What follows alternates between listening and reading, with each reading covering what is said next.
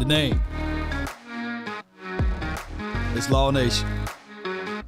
Without hesitations nor deviations to the matter, let's continue to grind to shine.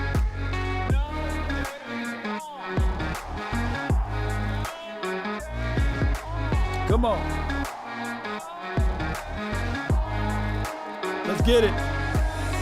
As the room fill up, be sure, ladies and gentlemen, to hit that like button, share this content, let a friend or a neighbor know where to go when they want to tune in to Cowboys Sports Talk and beyond. Come on. Yup. Ain't no party like a cowboy party. Yeah.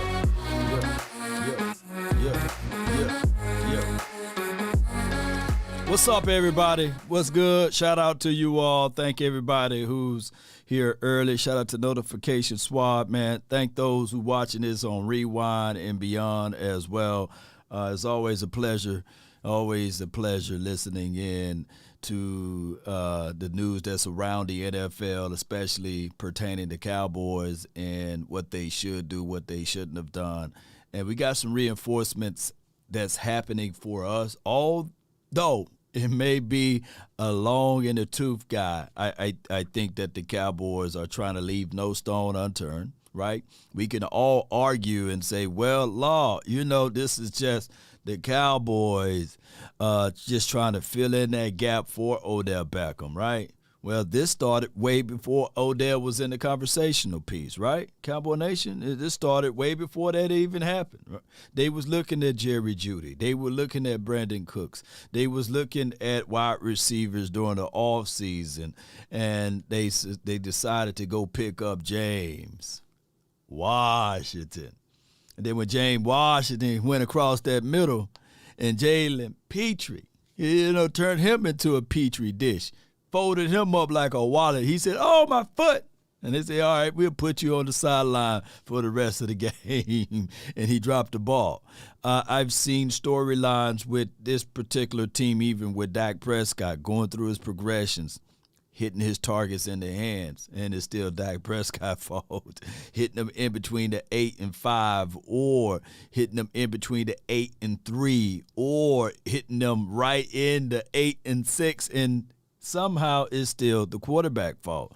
And I get it, right? The quarterback is what people will perceive to say, hey, we go as far as the quarterback can carry us. And regardless, that is the facts of the matter. Nevertheless, let's listen into this talk conversation about this T.Y. Can y'all hear audio? Cowboys announced yesterday that they have signed veteran receiver T.Y. Hilton. Here is head coach Mike McCarthy on the move and what it means for their chances of acquiring free agent receiver Odell Beckham Jr. Yeah, T.Y.'s in today, so it was a great addition. Obviously, he's been working all year, so he's in great shape medically. So he had to work out. So I'm looking forward to he's actually meeting with Robert Prince right now. So the biggest thing for him will be the language, which it always is with a new opportunity. So we'll get him out there Wednesday and get him acclimated. But as far as his addition, really, I really don't have anything to report on Odell. All right. Shout out to you, Thomas A. Garrett, R.I.P. to Mike Leach.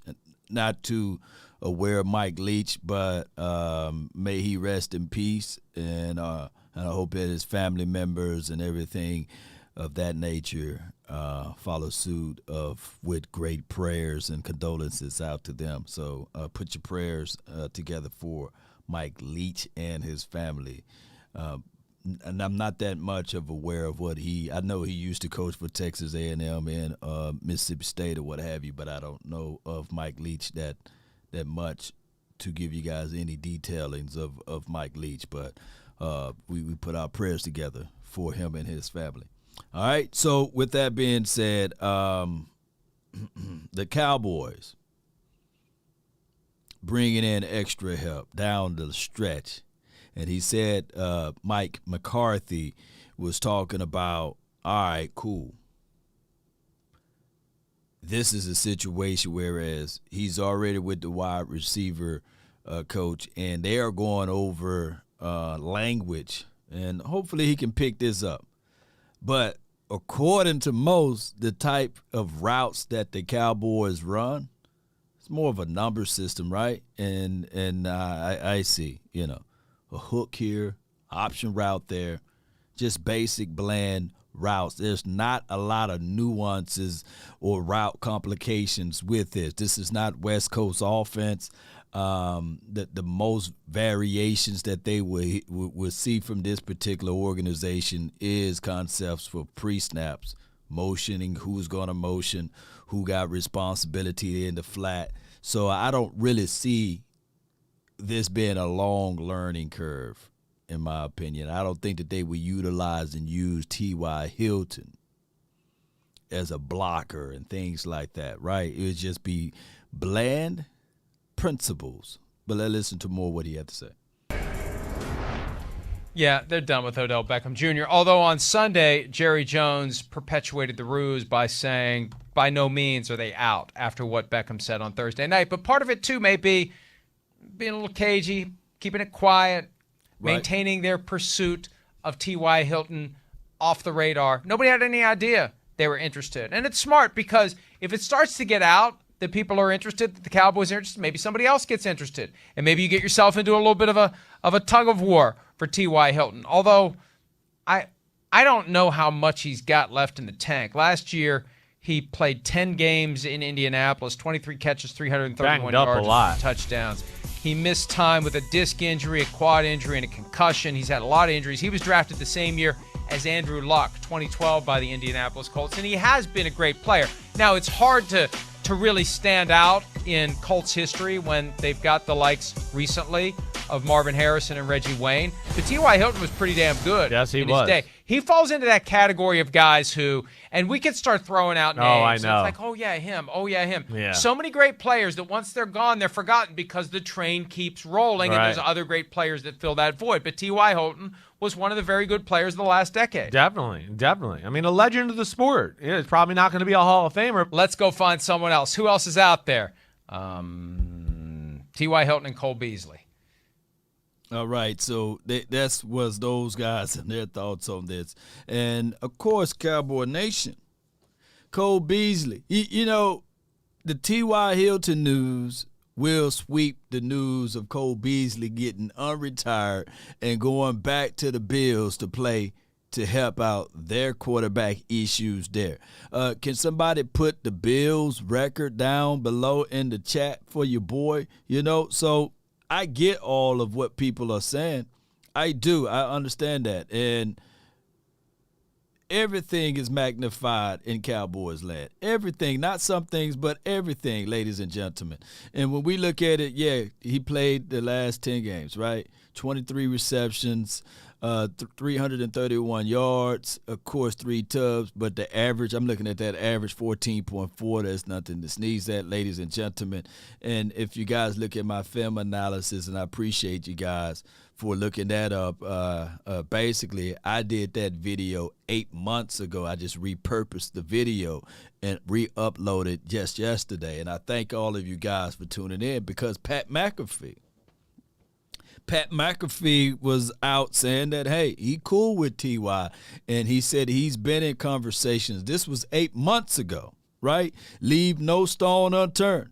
And if I know anything about wide receivers or what have you, it's all about legs and footwork, right? And separation. Now, can you catch the ball? Yeah, that's the extra cherry, right?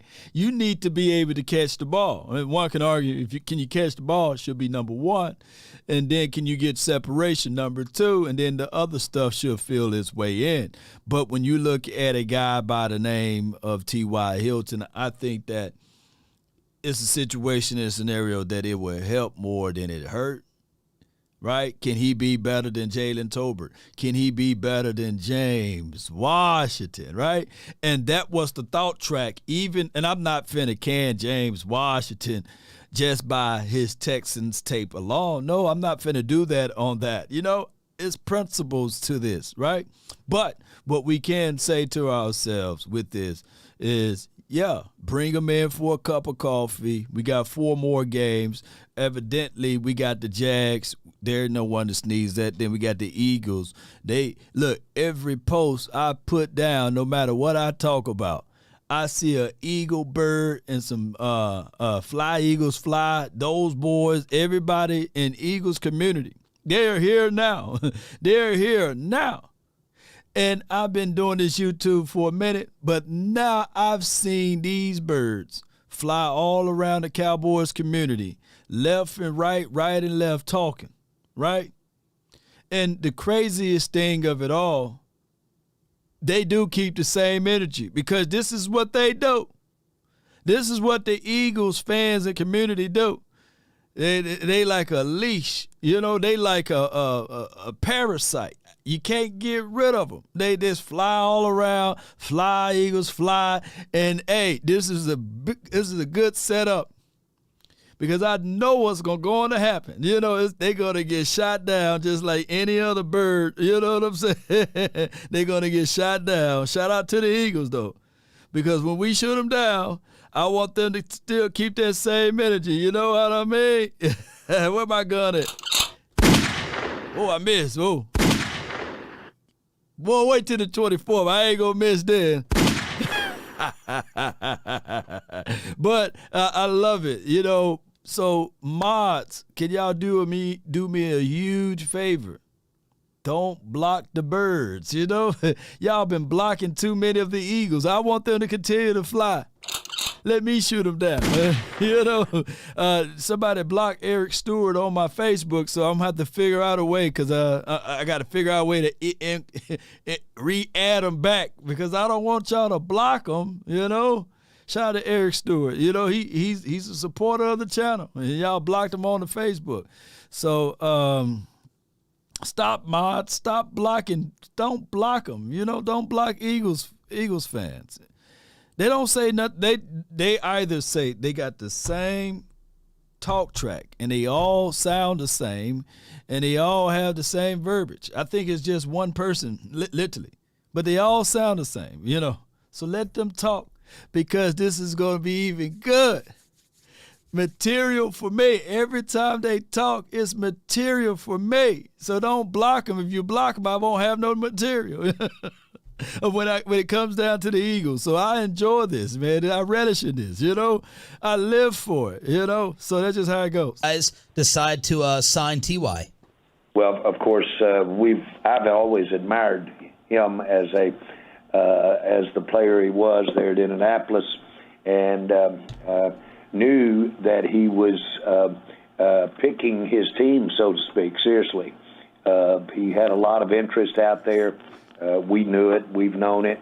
And he, of course, was interested in what we're doing and what we're doing at this time. And so it was an opportunity for us. We took it, and he can really help us out. He's really one of the smartest receivers that I can remember. Kelvin Martin was such an influence when I first came with the Cowboys. And I've heard Michael Irvin give Kelvin Martin such credit for a lot of the things that happened in his career. But the thing that always stood out about Kelvin Martin was how smart he played the game.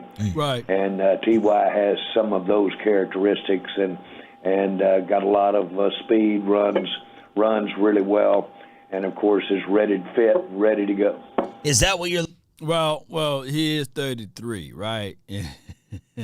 And they're going to try to see if they can pull anything out of him. The cons will be that he's 33. The pros will be, man, he's a nuanced route runner, man. How old is Cole Beasley? He don't have a short tooth. He's a long tooth, right? And he's still playing. And if you can find ways to help out this team, even if it's marginally, right, this will go a long way. It will flat out go a long way upon further review. when you think of it, right? A sure hands catcher who can find the soft spots in the zone. Maybe he could tell Kellen Moore, hey, man, hey, we like what you do. We like what you bring to the table, but this route concept will work better in this particular scheme, right, if we have one. Looking for physically, Jerry, in terms of the skill set, that burner to be a deep threat down the field, is that his best attribute? Well, we've got a lot of position flex with him, but I would say that he's got that step, but he also brings a ton of experience.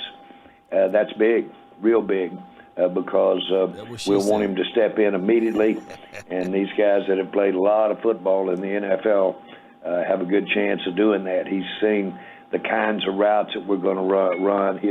He has seen them time and time again in the NFL, and there at Indianapolis. So I think he's a real pickup for us that will, frankly, hit the ground running and immediately give us some help. You said immediately, the Cowboys. We love our team, baby.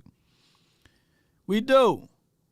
But we are the only team in the National Football League that will create the hole, don't fill the hole, and then wait for week 15 to try to solidify the hole or fill in said hole that you created. Law, do you have any truth to that? Even if we go all the way back to Big Lyle Collins last year on this front five, right? I mean, of course we say, $10 million? But at the time, you didn't have to cut him because I believe the draft happened way before June. We could have waited till June, but we did that brother a solid and cut him before June. Allowed Cincinnati to pick him up for $3.99. Didn't hold their feet to the fire, right? And then in return, we didn't do nothing with the money that we had gotten or secured from said Big Lyle Collins. That is the craziest thing. It's like hustling backwards, Hey, man, I can't make this stuff up. And then with the whole situation and scenario with Amari Cooper, I'm just only bringing this in for context, right? Is that, we got rid of him because we didn't want to pay the $20 million or what have you dollars, right? And we went out there somewhere before trade deadline and was willing to pay to $20 million for Brandon Cooks, right? And we hear the news in the alleyways of noise about Odell Beckham that you're willing to pay that much for him now, right? Or in between that time frame. But this team, we got rid of an Amari Cooper, and we went on a parade just a few weeks now, right, for Odell Beckham. This doesn't make sense, right? So what I'm trying to say is, Cowboy Nation, we're hustling, but we're hustling backwards. We need to figure out a way to get in front of it. Now, everything and all will be forgiven if we figure out a way to finagle Jerry Jeudy on this team, right? Because if anything that you like out of T.Y. Hilton, minus the speed, because Jeudy don't have that 4.3 type of speed, but he's just as deadly as a route runner like a T.Y. That would have really solidified everything. But the Broncos was like, nah, we're going to hold on to Jerry Jeudy, and we're going to continue to lose, But it is what it is, Cowboy Nation, as we look at everything. This particular team heading into the Jaguars week, we got some things that we still looking for out of this wide receiver room. But the Cowboys, we self-sabotage ourselves with this. Even if you want to fight with the fact that, Amari Cooper, he was hot and cold guy. He was better on, at home versus on the road. Well, these last few games were at home, and we did kind of look like we didn't want to be that team to be so dominant in that wide receiver situation.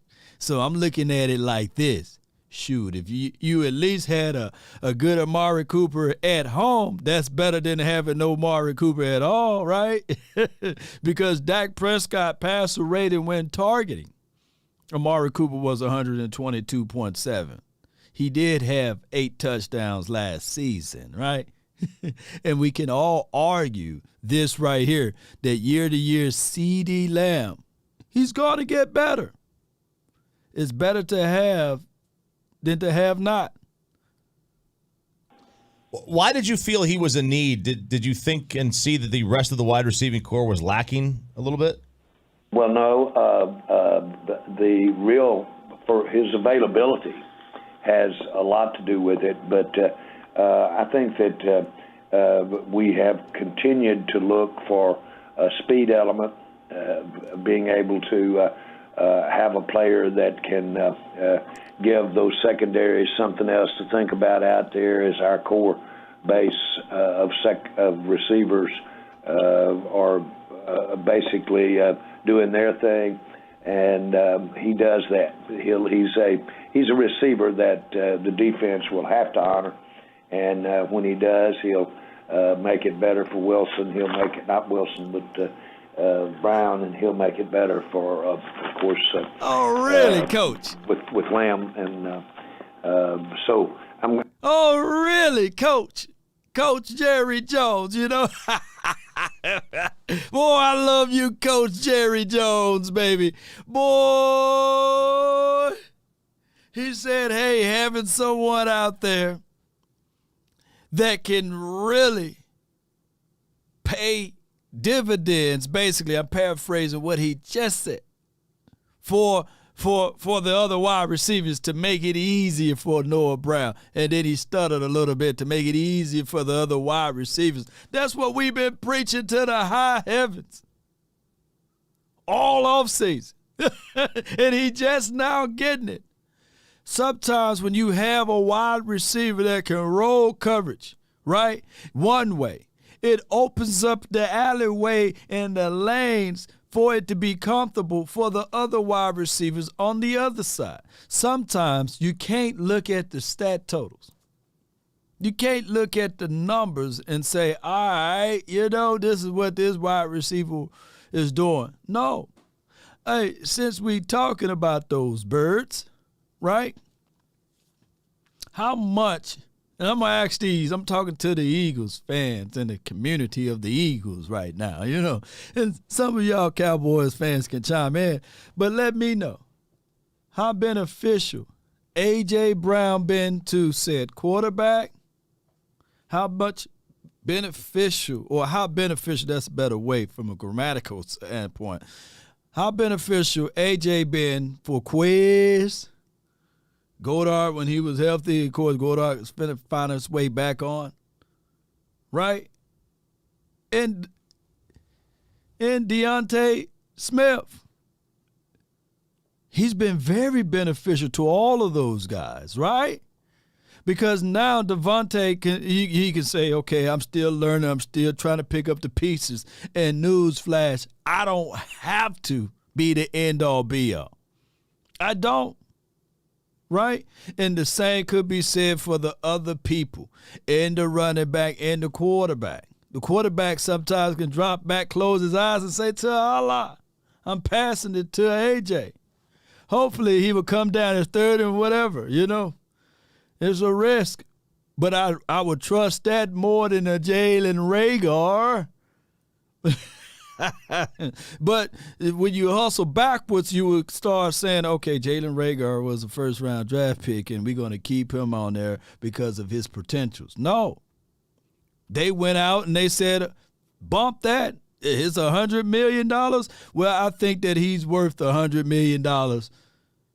It's 12-1. What's the Eagles' record? It's 12-1. It's 12-1 worth $100 million. Let me know in the chat. Let me know in the chat. But what I'm saying is, and I'm not crowning the Eagles. No way I'm doing that. But what I'm saying is that pathway is easier when you don't have to try to mismatch a James Washington and a Noah Brown to do said things. That's what I'm saying. Yes, indeed. 24 says, see, now you taking things too far. You taking things too far. 12-1. Yes, with the Super Bowl. Now you taking things way too far, because when we play y'all, we're going to put that And T.Y. Hilton going to be a major factor in the next week. Just watch T.Y. Hilton. But we are still literally, Cowboy Nation, hustling backwards. We hustling, but it's backwards. I'm glad. I'm glad's not the word for it. I'm excited the fact that he's available. We're talking with Dallas Cowboys owner and general manager Jerry Jones here on 105 Through the Fan. Jerry, does this take you guys out of the running for Odell Beckham Jr. at least until the spring? Never say that. Of course, we wouldn't have been interested in Odell had he not had the kind of talent that certainly can last to the spring, so to speak. But I think it's fair to say that he's an outstanding receiver. He's, as you well know, he's not ready to play today. That's important, and but he will be ready come spring, and he's a receiver that I think would fit any team, and so I want to easily say there's going to be continued interest in Odell. All right, so here's my thoughts on this with the Odell thing. I think that he brings a lot of talent to the table. But hear me out. It's 2022. Next year will be 2023. If you want to bring him in for a cup of coffee, I have no ill feelings of that, right? But you have to think 2023 at this point, right? But what you shouldn't do is bring said Odell Beckham in for 2023 and then disregard, right, the principles of trying to keep it young with that spot by going out there and legitimately getting somebody in the draft. Or, that's the or, and put the or in there, or find a veteran wide receiver or a guy who made his grain of salt in the NFL who don't have that long list of age plus injuries. There's going to be somebody out there. That's why I said, show of hands, Cowboys community. Would you rather, this is a game of would you rather, and I know it's hard to put the toothpaste back into the tube. Would you rather the Cowboys, let's say, give up a first and a third round draft pick and got DJ Moore? Hear me out.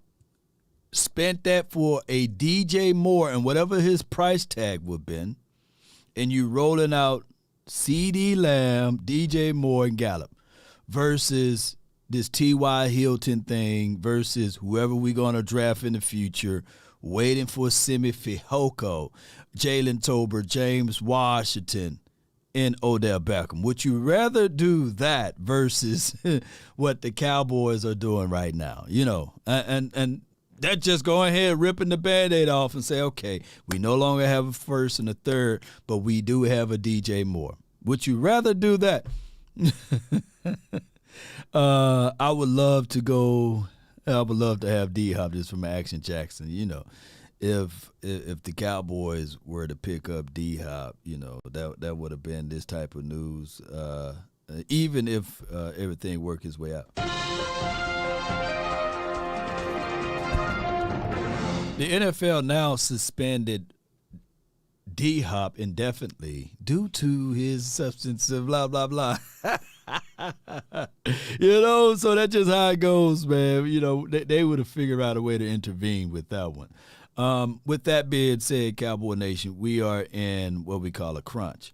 But listening in to this Brian Baldinger, we're going to switch over to the defensive side because a lot of people been talking about Parsons, right? So I fumbled upon this video of Brian Baldinger. So this would be some constructive criticism of my guy, and it also shows how important my guy is, Micah Parsons. So let's look into this right quick, and this is going to be not a good feeling type of video. But we won, though. We won, though, but this is what it is. Not many games that Micah Parsons doesn't affect the quarterback. Doesn't get a hit. It's Madison. Doesn't get a sack. Doesn't really affected. Now, in the first half, the Texans were ready for Micah Parsons, no matter where he lined up. Ogunbowale right there is going to chip him, knock him into the middle right here. This is a slide and a chip. I mean, you don't get this very often, but you got 4-on-2. 4-on-2. All right? They were going to not let Micah Parsons affect the quarterback, whoever was playing right there. Davis Mills on that throw. Yeah. Like, right here, with 34 seconds to go in the half, like, you think they're going to let Micah just line up there one-on-one, even against Laramie Tunsil, who's as good as there are? No, here comes the tight end. Tight end's going to chip him right here. Same thing. All right? But in the second half, it was a different story. I'm sure Tunsil said, hey, Coach, I got Micah, man. Let me have him. I don't need help. And so this is what happened in the second half.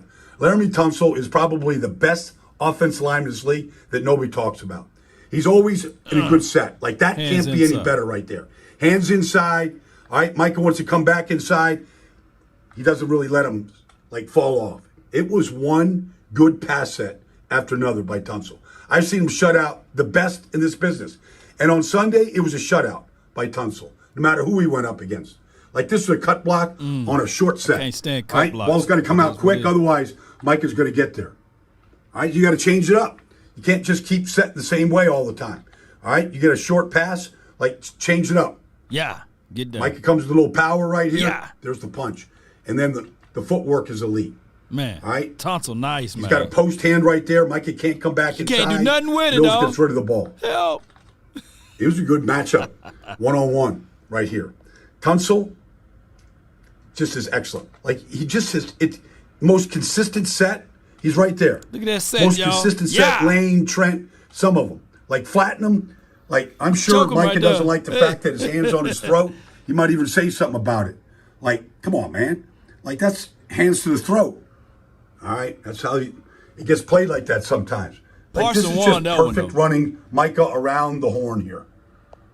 He got him off of the edge, though. He let him go on that one. Not many games. All right, so out of all of that, now there was a hold right there with the choke, head to the neck. But Parsons, dog, you ain't finna get that in the National Football League. Parsons got 3 strikes against him. He got 3. One being that he played with the silver and blue, right? 2 being that he done called out the officials already in his young career. And 3 being he's a boisterous guy, right? He talked a little too much on the social media platform. Those 3 strikes, man, they are not finna give him the benefit of the doubt.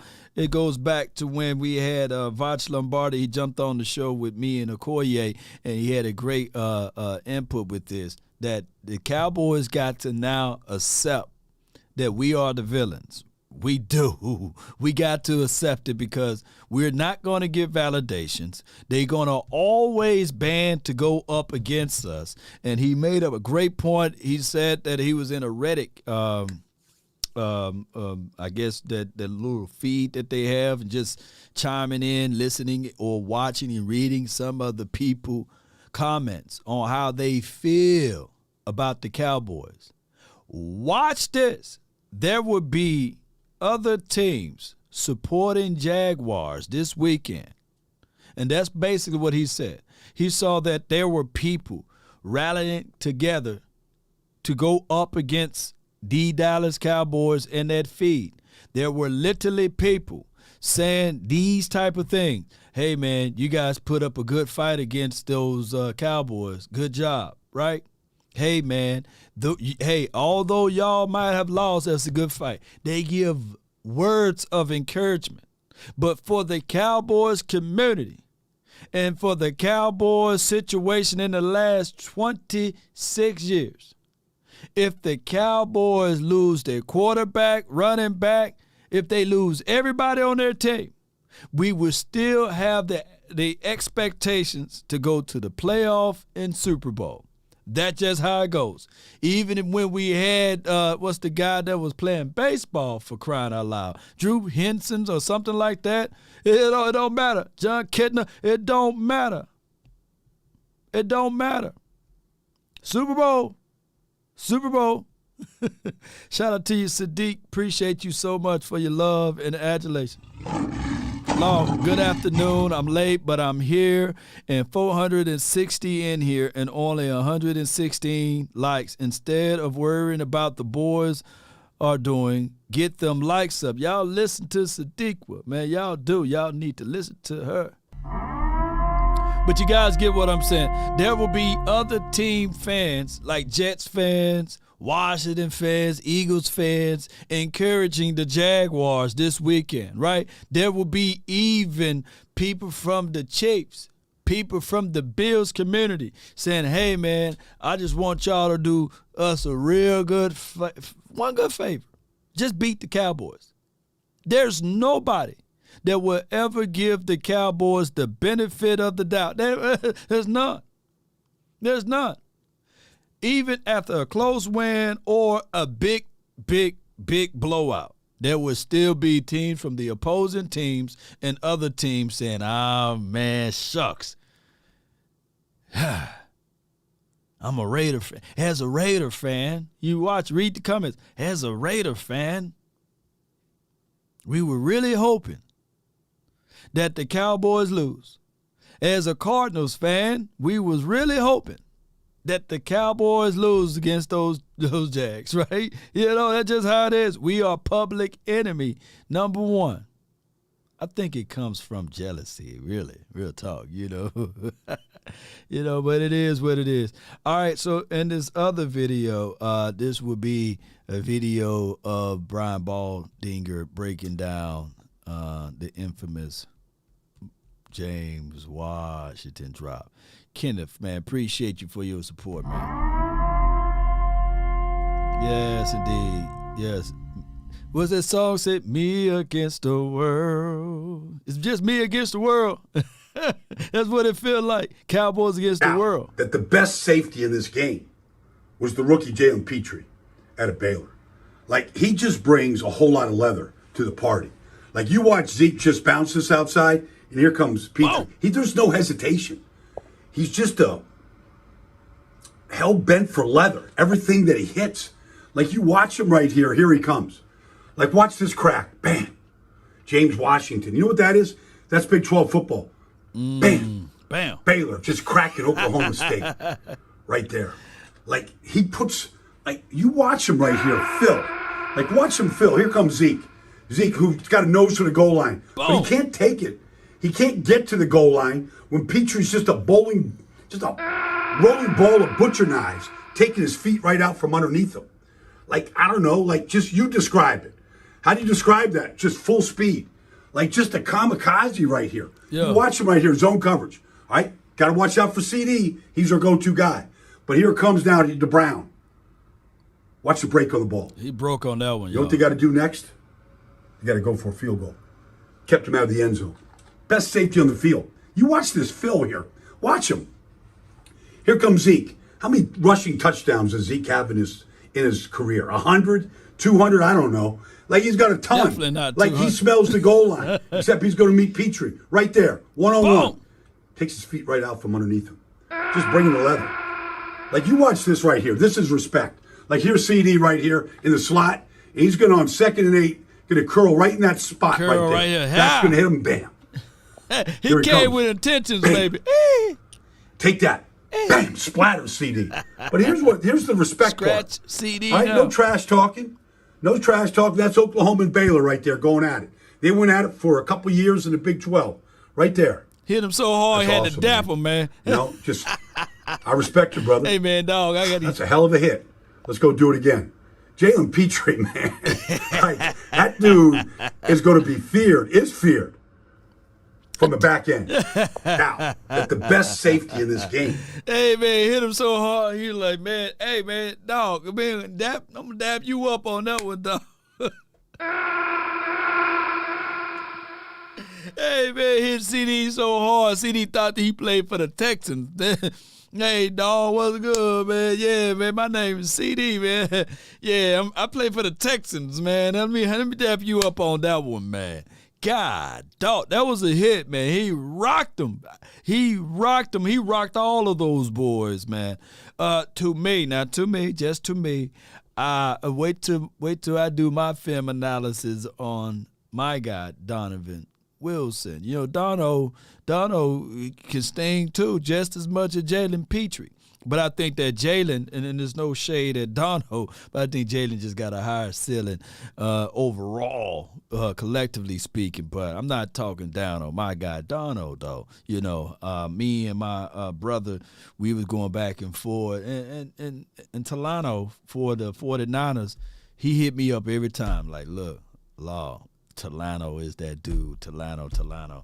Then I thought that he was like the bootleg version of Troy Polamalu, but nah, Talano hitting too. Hitting. And the craziest thing of it all, I think me and Foots, we were high on Talano. We were high on Jalen Petrie. And I hate them when we are right about it, though. From things that we see before they go into the National Football League, and we seeing these type of things, and we envision the Cowboys drafting said guys, and they didn't get a chance to draft them. But neither here nor there. That's just how football is, right? I'm glad that we do have a Sam Williams, by the way, right? But for right now, we look at Jalen Tolbert, the wide receiver, flipping back over to Jalen Tolbert. We need to see something out of Jalen Tolbert next season, man. He better not be Simi Fehoko, because Simi Fehoko was the guy that's supposed to be the hybrid tight end / wide receiver, and we can't even find out where he's at, right? Jay Worthy, appreciate you. Law, I accept being the villain. Eagles. So you think darkness is your ally? We was born in it. Cowboy Nation, don't help these haters. Speak positive. Bane, Swat, stand up. You merely adopted the dark.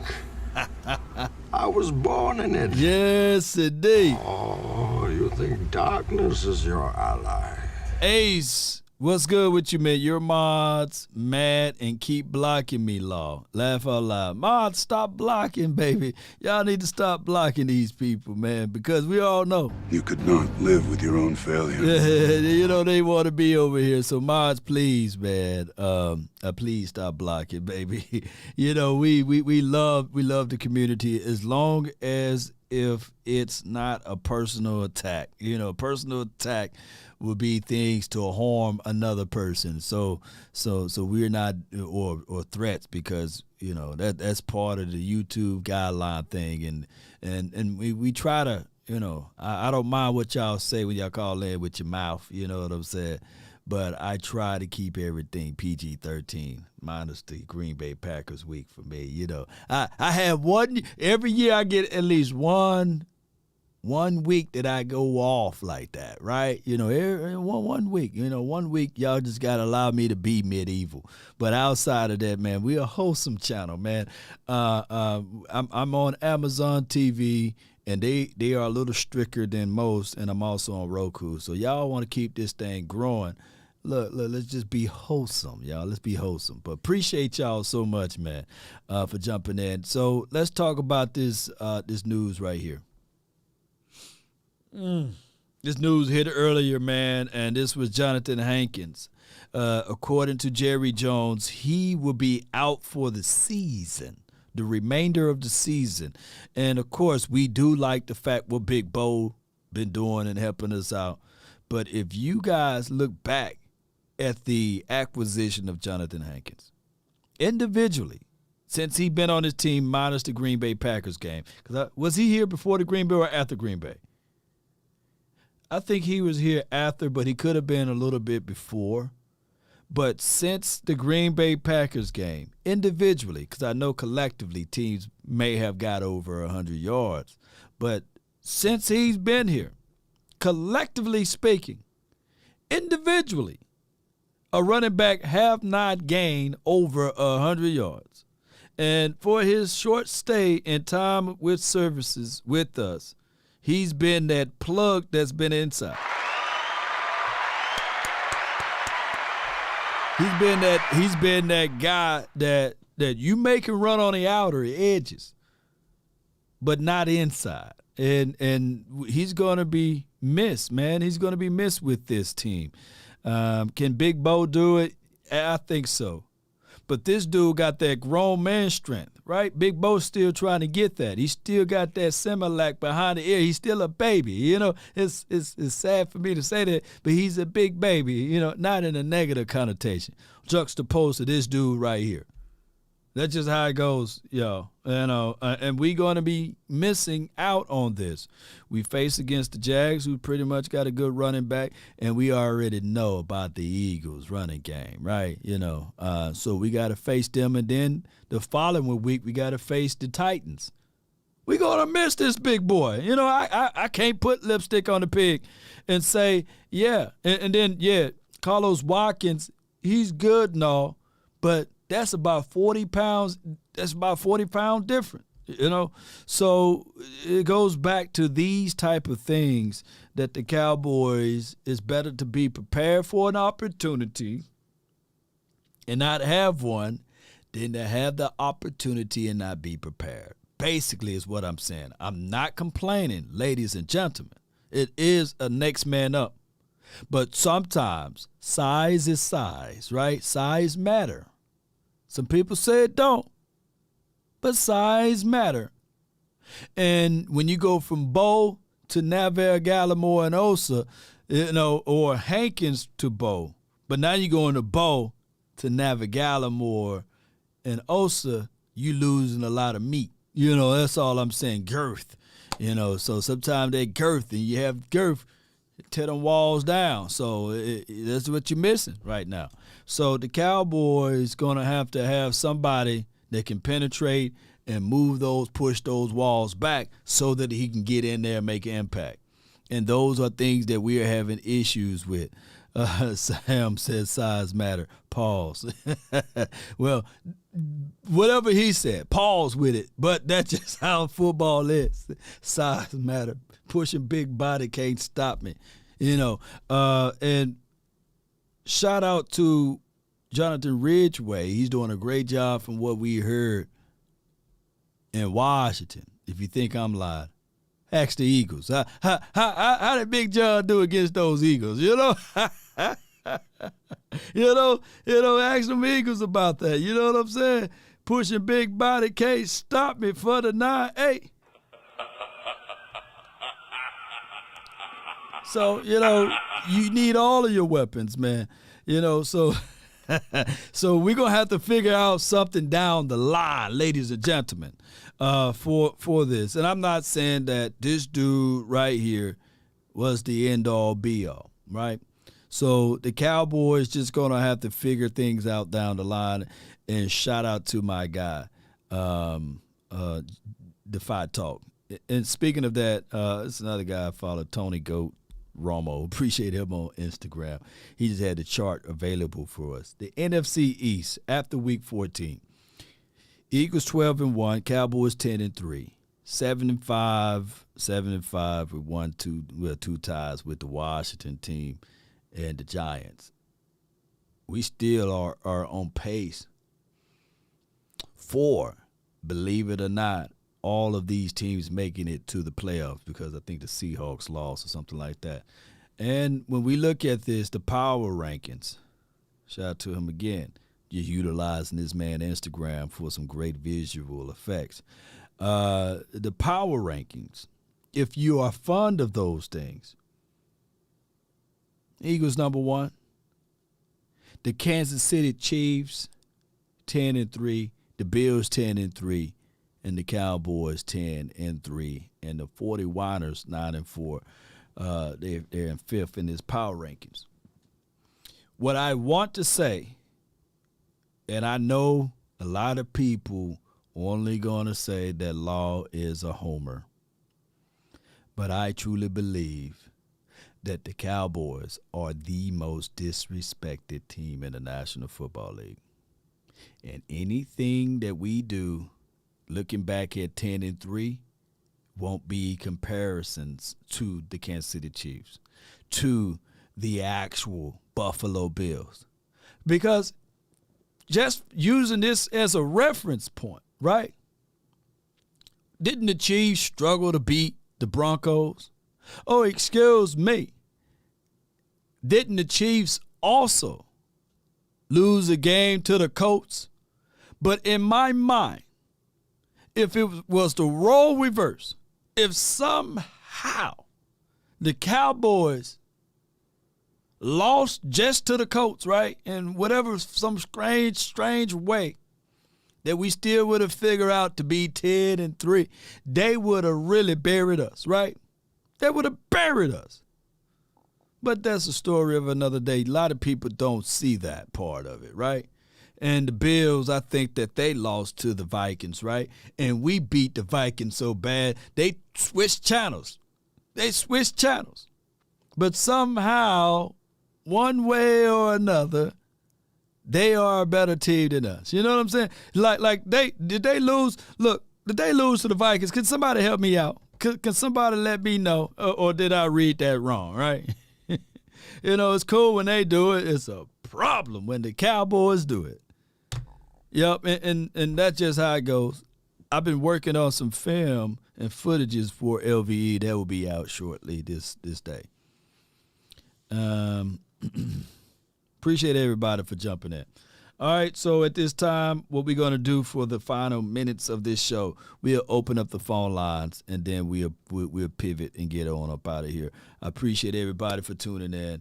657-390-7391. And to that point that I was saying, let's listen to it. So let's give Dak Prescott his flowers. Of course.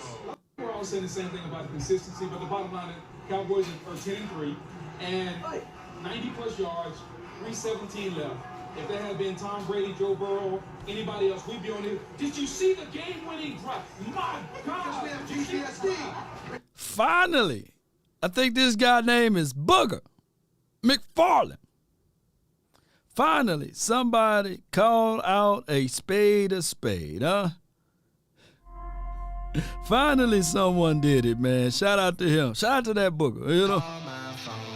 657-390-7391 is the hotline. It's pinned to the top of the page. Let's go. Finally. Anybody else? A 98-yard comeback, regardless of the levels of competition. They would have said, man, they shouldn't have left time on the clock.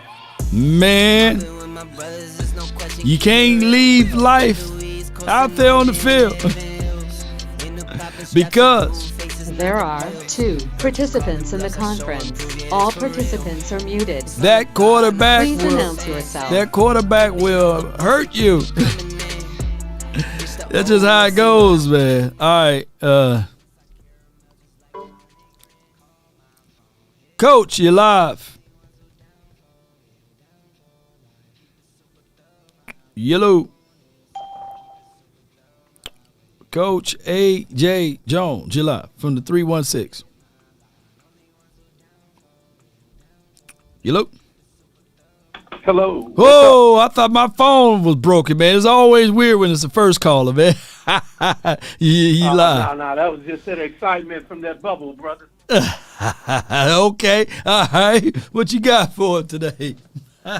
Well, you know, I was glad to see that a guy started to talk about it is good to play a tight ball game before you get to the playoffs, or else you get busted because you can't do nothing better in life, you know, when you don't have a tight ball game. Because last year we got in the playoffs and we didn't have that many tight ball games where we came back from, besides that New England game. Yep. And then this year we've had a couple of them. The one we lost, we shouldn't have lost in overtime, but we did. Right. You play well for 3 quarters, and then you forget you're up by 14 with 14 to go. Right. That shouldn't happen, but we did it. So I'd rather do it now and experience some success and maybe lead it the right way. And then another thing is, I think signing T.Y. is a good thing. He reminds us of what a good zone beater will do to you. Right. He can break open in those zones. He is quick enough to get you to a next level.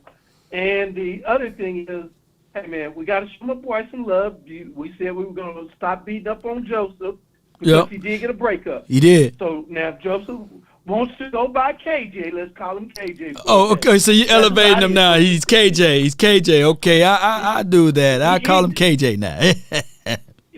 But he damn sure ain't no rapper. That's for sure. Oh no. His music. I was listening to his music. I'm like, I don't know, man. You know. He better stick to football where he got a chance. Yeah. And if anybody rocking Kelvin Joseph or KJ music, let me know which song I need to listen to so I can be like, all right, you know. But for what I heard so far, man, ain't nothing, you know. Nothing that's really kind of moving me a little bit. You know, we all got pipe dreams of being better. Yeah. So, hey, man, I love your show. You are the best at what you do. Oh, man, I appreciate keep doing it, brother. I thank you so much, man. And no Brandon for me today. No Brandon, man. Appreciate you, Coach. Yes, indeed, man. That's a good call from Coach AJ, man. Here's the thing. Donald Weaver says music trash. They out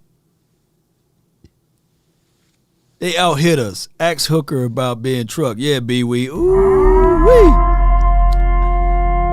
I'm going to save face, man. I'm not even going to pull up that tape, man. You'd be like, Lord, man, why you ain't pulling up all of the tape? Nah, I ain't going to pull up that. Pierce Peter Roll Hooker so bad, man, that if it was role reverse, I would be having that as my intro, right? But, man, Hooker was folded up like a lawn chair. I thank God that he could still move around and walk.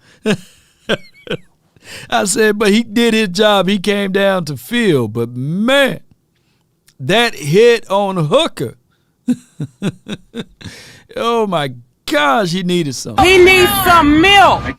But it is what it is. From the 409, what's on your mind?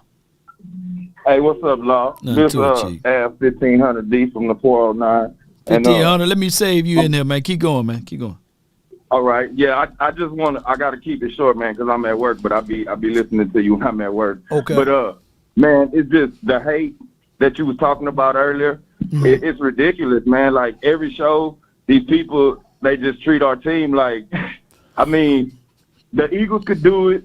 The Chiefs could do it. Everybody else could do it, but it's a comeback win for them. It's a great building step for them. But when we do it, we're garbage. Yeah. And we're about to flop. You know what I'm saying? Man, we got to take on that villain role, man. And it's hard for us to do it, man, because we got like all light colors. Normally the villain got like dark colors, you know what I mean? Yeah. Dark visors, you know. Yeah, but they be handling us, man. And yeah.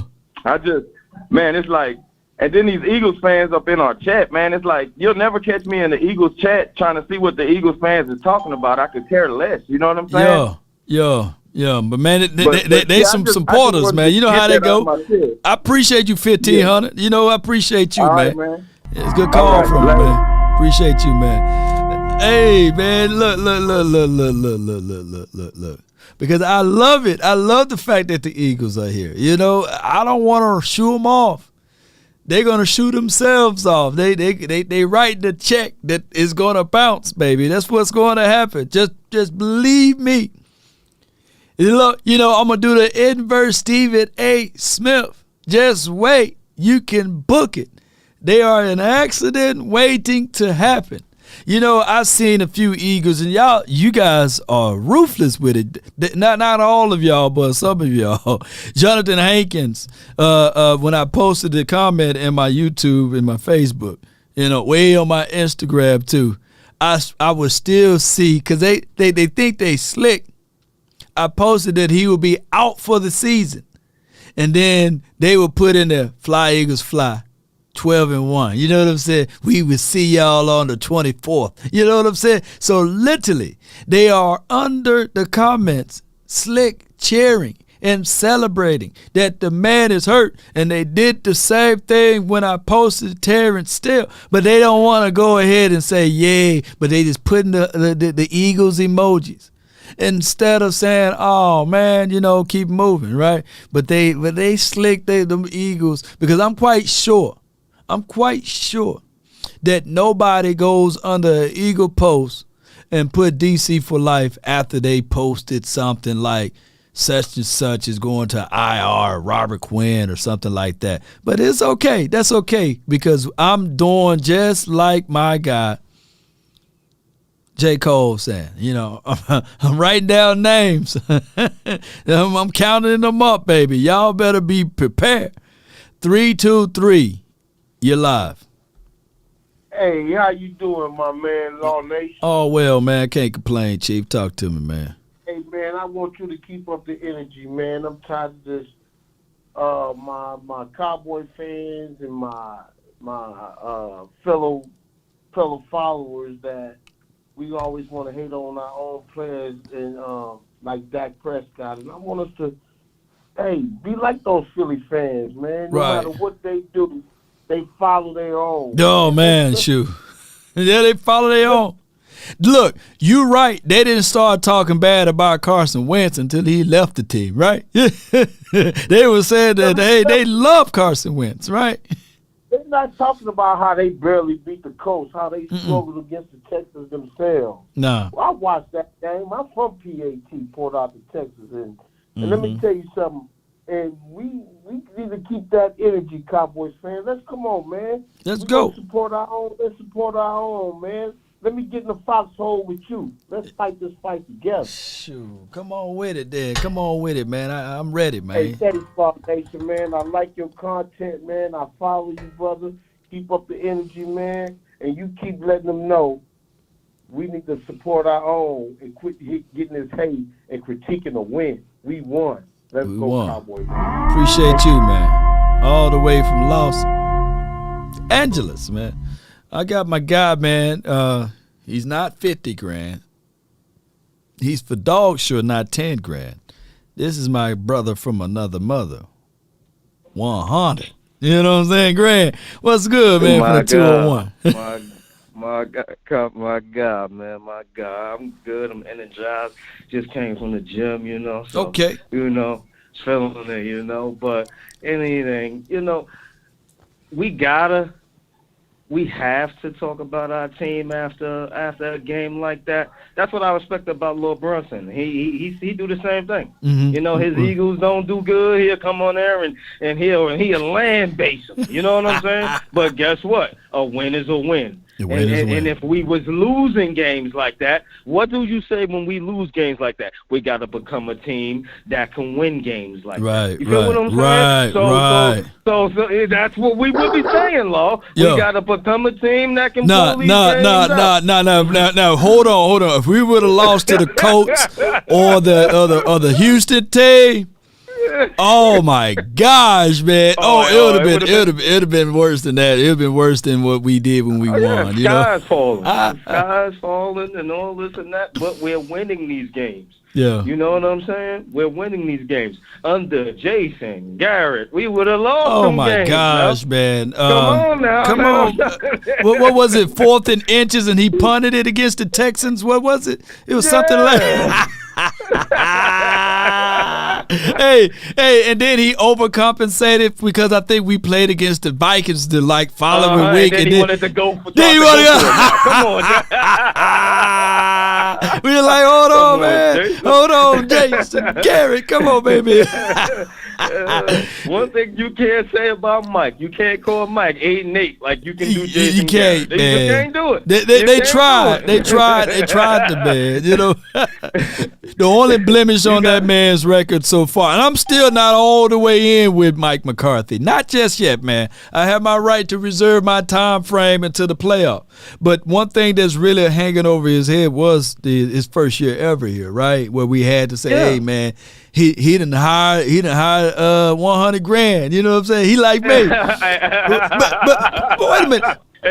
He's low key kind of real though. He hired his buddy, right? He really he put his buddy on. He put his buddy on. You said it. all the homies getting hired. You know what I'm saying? I promise you 100. If they hit me up, a major network, right? You know, I'm probably not gonna make it out of probation, right?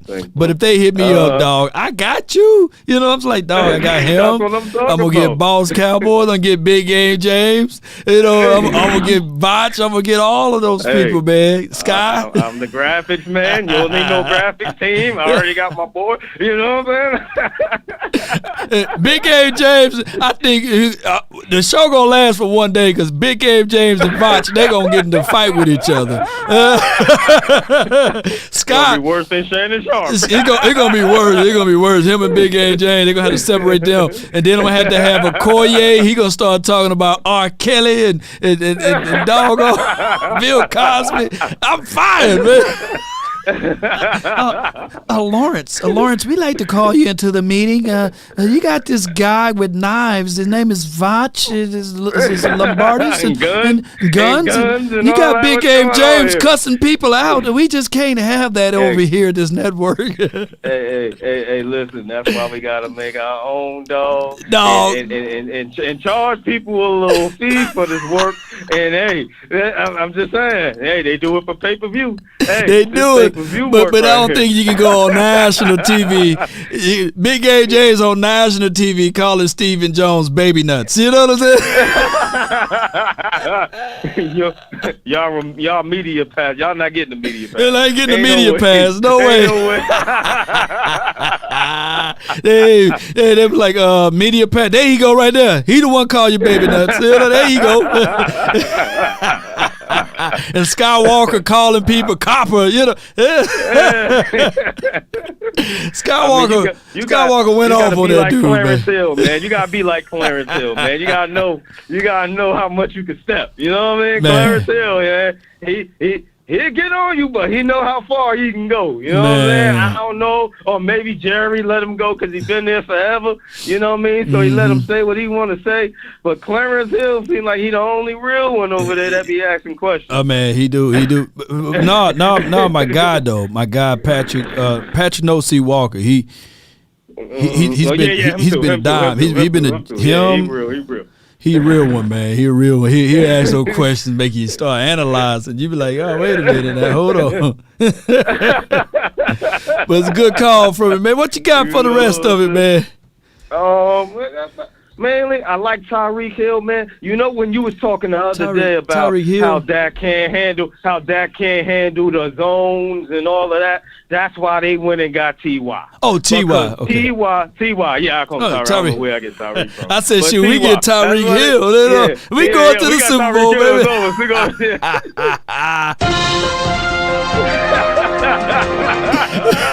The Cowboys made a trade beyond the deadline, and they got Tyreek Hill with C.D. Lamb and Michael Gallup. Boy, the NFL gonna go crazy, baby. We crazy. We going straight to the Super Bowl. We going. I'm saying Super Bowl then. But yeah, I mean T.Y. man, he's good. He's his own beater. Dak can fit them balls, and he's gonna catch them. Yeah. Will McClay did a great job. That's the wide receiver that Dak needs. Dak like to throw them balls in between defenders and all that. T.Y. gonna catch that. Yeah, you gotta do pause. Gonna catch that. Yeah, you gotta do pause now. Pause. Yeah, pause. You know, that's a new kid. The kids say you gotta say pause whenever you say throw and balls. You know, pause. You know, in between two defenders. You know, Pause. But T.Y. gonna catch it. Now he ain't got the speed, but you don't need the speed when you're a route runner. You can get open, man. That speed don't really matter like that when you a route runner. This is what I want people to know.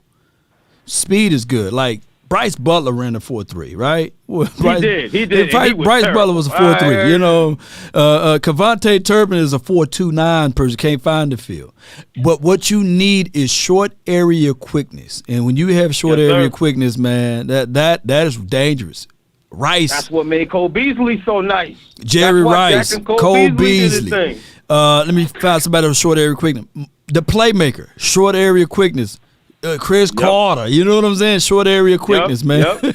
Yep. Footwork, man. Shoot. Keyshawn Johnson, Just he didn't have short area quickness, but he had high point catch radius. But short area quickness, ladies and gentlemen, is everything.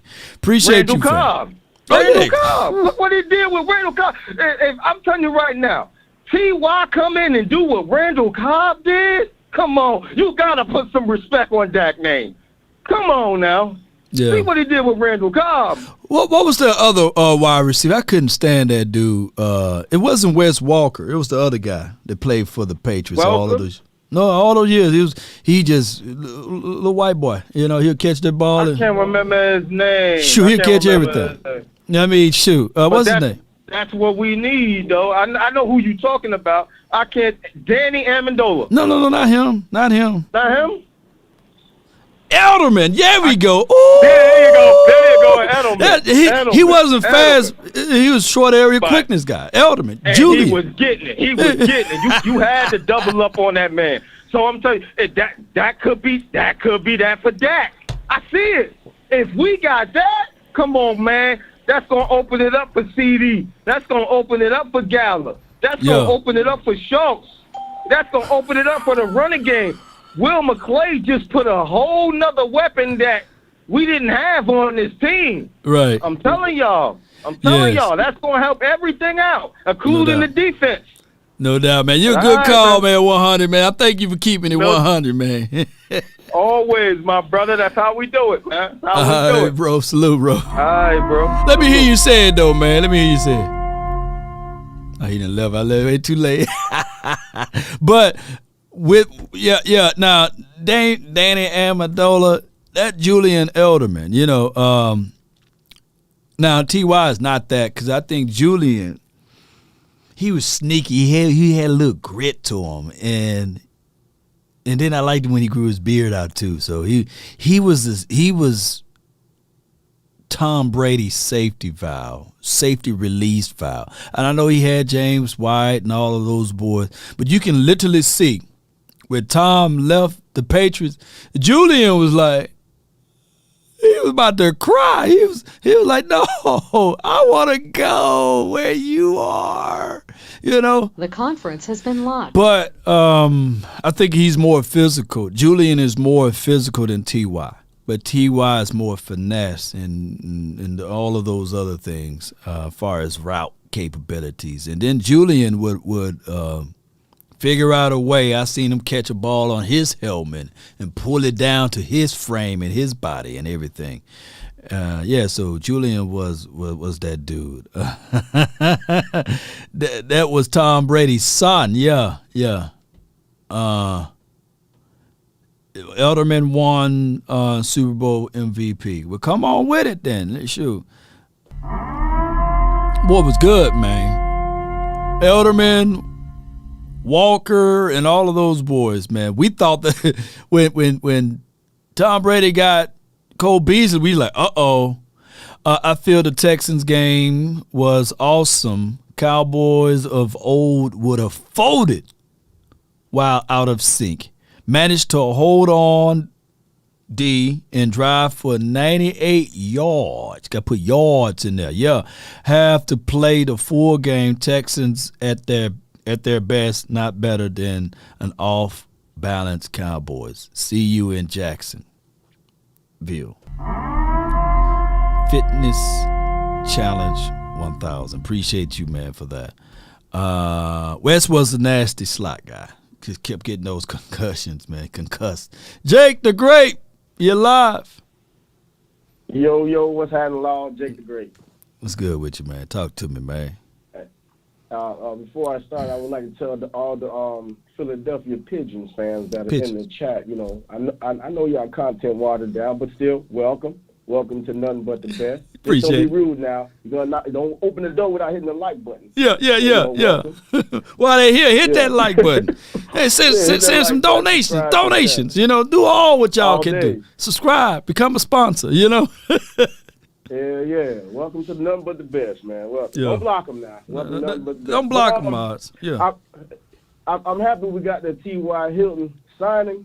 But, you know, at the same time, I'm a little bit concerned because, you know what I'm saying, we enabling an addict, you know what I'm saying? I don't want to keep enabling this addict to be on that pass crack, you know? But I feel like there's hope in the horizon because I think there's a media shift. I've been hearing people like Teddy Bruschi and other people saying the Cowboys need to run the ball. And I think the outside noise is beginning to become too big for them to keep throwing it because everybody's like, run the damn ball, run the damn ball. Even Zeke said it at the end of the game on one of those highlights. If you go back and listen to it, he said the linemen were looking at him and they were kind of angry if they didn't run the ball down there. So I think a shift is happening. You know what I'm saying? What do you think about that? Anything that happened got to happen from within.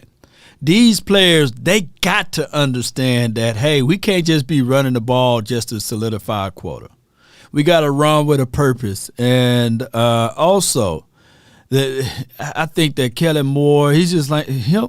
He just seemed like one of those guys, and this is not me trying to attack the man, but that they cut the lights off, they put soap in sock. You know what I'm saying? Hey, come here, man. Come here. And they beat some sense into him, man. They haze him up a little bit more and say, we're going to put you in the press box, man, so that you can see the things that need to be done. Right? There are some plays. I think he'll be nice in the press box. I think he will be better in the press box. I think that he's a brilliant kid. But it's the when he called plays that don't match up with everything, you know. Yeah. And yesterday I couldn't finish, but this is why I was saying that Dak is enabling Kellen Moore, because when we watched that Green Bay game and we seen Aaron Rodgers come off the field, he was barking at his offensive coordinator, run the ball. So Dak being in his seventh year, you're watching Zeke get 5 yards. You're watching Pollard doing this, and you're seeing the offensive linemen doing that. You can't sit in that huddle and Kellen Moore calling these pass plays, and these linemen looking at you like, yo, you ain't gonna audible out of this and run the ball and start beating them up. That's why I was like, want to criticize Dak. Like, sometimes you have to win despite the coaching. You know, I don't want to hold you up. No doubt, man. That's my little 2 cents for the day. Man, appreciate you, Jake. Man, shout out to him, man. And this episode will also be on Apple TV, Apple Podcasts, as well as Spotify, all of those networks. So y'all check them out. And next we got She's Your Queen to Be. What's good, Queen? Good. I'm good. Yes, indeed. I'm great. I can't complain. We 10-3. Yeah, we 10-3. How about some Cowboys, man? How about them? Yeah. So Kellen Moore. I mean, not Kellen Moore. Yeah, Kellen Moore. If he's trying to do what he thinks is necessary to try and solidify him a position as head coach of the team, he's not doing a very good job. He's cutting himself, in the foot. He's shooting himself in the foot. Because why would you have Dak and the team do certain things that you know are not going to work? You're not telling them to do the things that will work to, help them to be successful. Right. I'm not understanding this guy. 1 week he's calling plays at the yang. Next thing you know, he tripping. So I'm sick of that. And another thing he does is he's doing is he might be in somebody's bag, trying to fill up his bag. Because it's just the way that happened. 1 week play this, and then the next week you play another way. That it doesn't make sense. It's not comprehensible. You're talking about consistency, right? You're talking about what do you do best? Why can't we replicate that on multiple strings of games, right? Like what you're going to expect when you go certain places. When you go to a Franklin Beverly Mays concert, you know what you're going to get out of there. You're not coming there to hear Ashanti. No, you came there to get some Franklin Beverly Mays around here. I feel you. That's I feel you. I'm following you. If he calls himself trying to, not have the same look because the film is going to show them having the same look every week. So what? All they got to do is execute. No doubt, Queen. It doesn't matter, And so another thing, Dan Quinn, I love him to death. Right. But I feel like he's stunting Michael's growth and his greatness the way he's using him. That's just my opinion. No doubt. I heard Box last, I think that was yesterday. Yesterday, yeah. Give you guys an explanation of how he felt about it. And, I listen to you guys because you guys know way more than I do about, plays and football and stuff like that. Right. But it just don't seem right. It does not seem right the way that he's using Michael Parsons. It's not benefiting him at all. So that's all I got to say, Law. Appreciate you. One love, Queen. Let me hear you say it. Yeah. She said, let him hang, baby. And Voch brought up a great point when we was on the show, on the Koye show, and I repurposed the show back over to Facebook for those who didn't get a chance to hear that show. So just go back and I think it will be the previous episode. And, of course, we repurpose it over here on Cowboys, Law Nation Sports Channel. The thing was, I asked, is Dan Quinn utilizing Parsons the best way? And then he said, well, let me flip it. Is he using Trayvon Diggs the best way? Like having Trayvon Diggs to travel and carry and things like that. And Trayvon Diggs is an isolated guy on one side of the field. And then he brought up the Jets, and he said that how they utilize Darrelle Revis. Like Revis literally had an island, and it made me go back. It made me go back to look at the Jets defense, and I love what we have. We should have the round table this Friday, but we'll figure things out on how we can go and raise that question again. But it had me to go back to look at how the Jets utilized Darrelle Revis. Who remember that they didn't just have Darrelle Revis? Who remember Cromartie? Who remember those two bookends on the outer edges? Who remember? Let me know if y'all remember that they had Darrelle Revis and they had Crow. Am I right? Did they have both of those boys? Somebody put it in the chat. Y'all help a brother out. Let me know. Oh, yes, I do, Chris Johnson. Yup. Okay. Antonio, Crow. They had Crow. Shout out to you, Clark. So let me raise you all this question. Is Trayvon Diggs more of a Cromartie than he is Darrelle Revis? I don't think, because Revis had no issues tackling. Revis had no issues he didn't have a long speed, but he was shut down. People was like, man, we ain't going to give that chance an opportunity. So who is? Who is? He's more of a Cromartie, right? So there's only one Revis. There was only one Allen over there. Is what we were trying to say is, and how they're utilizing my guy Parsons, as we look back at even what Brian Baldinger said, they can pinpoint that. Okay, you got him on that side of the field. Okay, we'll put 4 on him, right? We'll put 4 players, and there are not other guys that's winning their one-on-ones to make it such of an impact, and they only using my guy Parsons as a specialized sack guy. He's not developing enough as a linebacker, in my opinion. Now, shout out to LVE. He elevated and raised his game to a crazy level this last 2 weeks, right? He's been playing well. So it makes my video of saying that LVE is solid, right? So he's solid.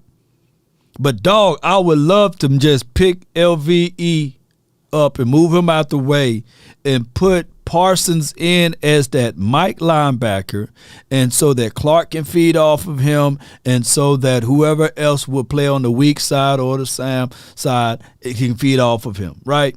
And my guy came up with a great solution, right?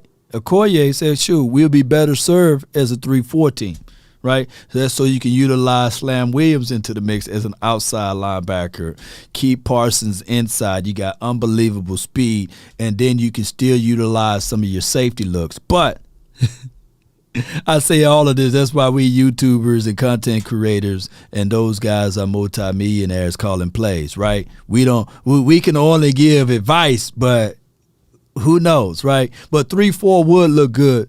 3-4 would look good, not to shortchange us, man. I got my guy, man, from the 281. You're live. What's going on, Mr. Law? It's been a minute. It's been a while, man. Talk to me, man. So, Hankins out for the season, huh? Yeah, he's out for the remainder of the season, unless I think he can come back if we make a SB run. You know, he can be back into the mix around that time frame. Okay. I think our defense should be able to hold up. He was a great help, but the last few games we've been playing better against the run. We have Terrence Steele go down, which makes the signing of Jason Peters even more of a godsend, because even though he doesn't play the right side, right. He only did back in 2005. You notice that he went in on that last drive at right tackle because Josh Ball is just god-awful. So if Peters can just play on that right tackle side and play next to Zach Martin, will make his job easier. You know, I mean, playing next to a Gold Jacket, future Hall of Famer, and with Tyron Smith coming back, I think our offensive line will improve. That being said, with that woman that just called in, she's right. Exactly right. Our formula to success is running the ball more than passing. Against Houston, we had 31 rush attempts, 39 pass attempts. Right. I've always said this. Dak Prescott is A-plus game manager. He's not a gunslinger. We will not win it by him throwing the ball. Now, if we give Zeke 18 carries, Pollard 18 carries, and then Dak has 25, 27 attempts, we're damn near unbeatable. You know what I mean? I mean, that is our bread and butter right there. And with Ty Smith coming back, we're going to be able to run the ball. And one other issue talk to me, man, that we have is Kelvin Joseph at cornerback 2. We cannot continue on with him at cornerback number 2. Man, the man, I don't know how him and Sean Wright are still on the team. Wow, you want to get rid of the kid already, huh? Dude, have you not seen him play? I mean, Sean Wright in the preseason couldn't cover anybody, and Kelvin Joseph, the man that he covered the majority of the game, I forgot the kid's name because he's a nobody, had 10 catches for $124. Okay. And that was a wide receiver 3 or 4. So we signed Mackenzie Alexander and Kendall Sheffield a while ago. So one of those two guys got to be better. That's all I got to say. And if they do that, we got a real shot. I think it's way too soon, to get rid of Kelvin Joseph. Let me see. I think Tom Downey, he reported this right here. Let me see if I can pull this up. Kelvin Joseph had 5 targets. He allowed 4 catches for 69 yards and 1 pass breakup. And that was his second game starting. Now, I'm not saying that Kelvin Joseph is a world beater there, but I can take that as a wide receiver in his second game starting, Or really first game, if you really contextualize it. If we're going to make a serious run, I just think he's a big liability. And Mackenzie Alexander, we picked him up a couple weeks ago, and Sheffield about a month ago. And both of those guys are inside slot guys. Both of those guys are inside guys. So are you willing to rip the Band-Aid off all the way and move Bland to the outside and then move those guys in? Maybe that could be a situation, but for right now, I need to see what I can get out of my second-round draft pick. He was a second-round draft pick. I got to really get it busy work with him, of him working to see if he can live up to his potentials. And the only way I can do that is unless I have him to play, Charles. That's the only way. Yeah, we'll see. It's I mean, if we're gonna make a real serious run, he's got to be able to step it up. I mean, he's so worried about his rap career. You know what I mean? Like James Slater said last year, if he was half as worried about his football career than his rap career, he might be somebody.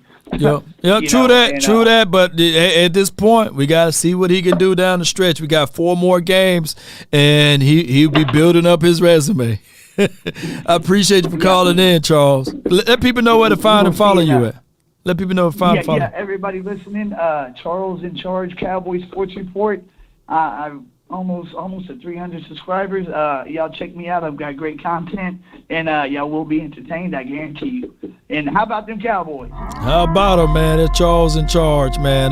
Check out his analysis and his sports report there. But like I say, Kelvin Joseph, I'm not saying that this dude's a world beater, right? Per PFL versus the Texans, he had 5 targets, 4 catches allowed, 69 yards allowed, and 1 pass breakup. I mean, I don't see a touchdown allowed on there. I don't see 100 yards or what have you. And this is technically, I get it, is he living up to the levels of what we seen out of Trayvon Diggs in the second year? No. Trayvon Diggs had, 11 interceptions or something like that in his second year. But he had more tick. He had more playing time. And truth be told, Trayvon Diggs in his rookie year, I truly believe that the Cowboys wouldn't have gave him more tick if a Woozier didn't go down. That's just how we do, man. Cowboy Nation, it took an injury to get more plays and more tick out of Trayvon Diggs. And I was happy that Trayvon Diggs came back after he hurt his foot in his rookie year to get more and more reps, because a lot of people were going around, look at Scary Terry, he owned Trayvon Diggs. Y'all remember all of that stuff, But it took him some growing pains. He got beat up all last year about yards allowed. Hey, it's crazy.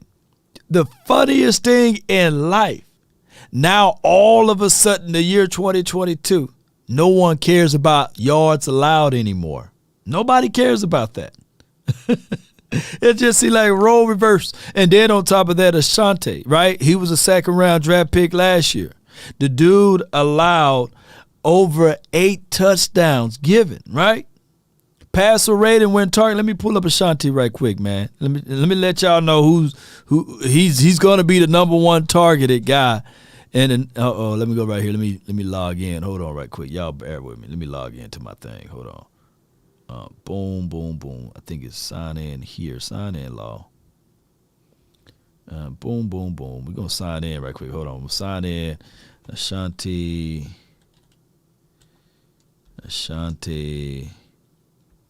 Samuels. Let me pull him up right quick. Pull him up. Boom, boom, boom, boom. All right, 39 tackles, targets. He's the second most. Y'all know who the first most? Is Anthony Brown still. Receptions allowed, he's 7th in that. He got 1 INT, which is cool. But if you stroll down here, I really don't pay attention to this. But passer rating allowed, 104. 6 missed tackles. You see?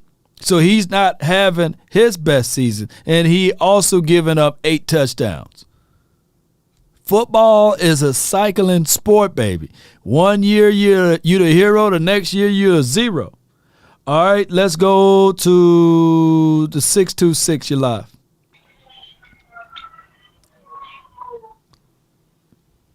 $626. Hey, what's up, Law? What's good with you? Talk to me.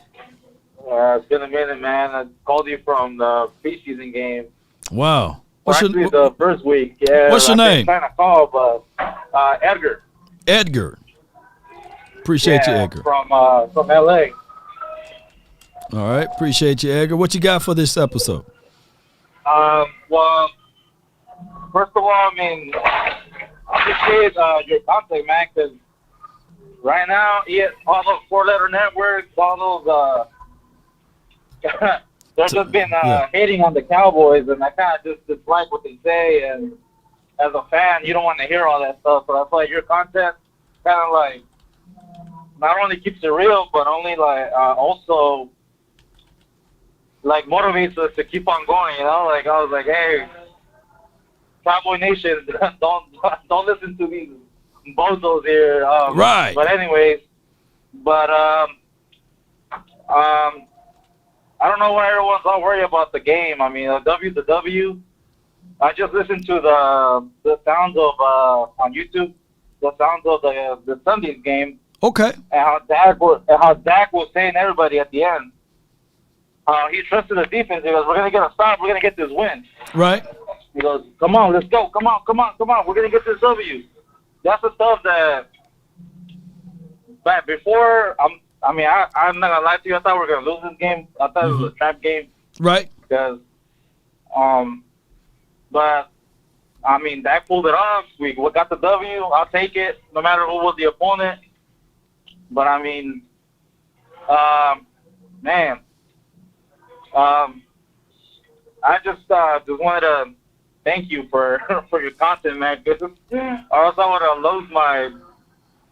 I don't want to cuss in here, but I would have lost my head on all these 4-letter networks just talking smack and back and forth. Well, Edgar, I appreciate you, man, for calling in and showing me love and adulations, man. I appreciate you. Hey, so you from L.A., so you go out there to Oxnard every year, right?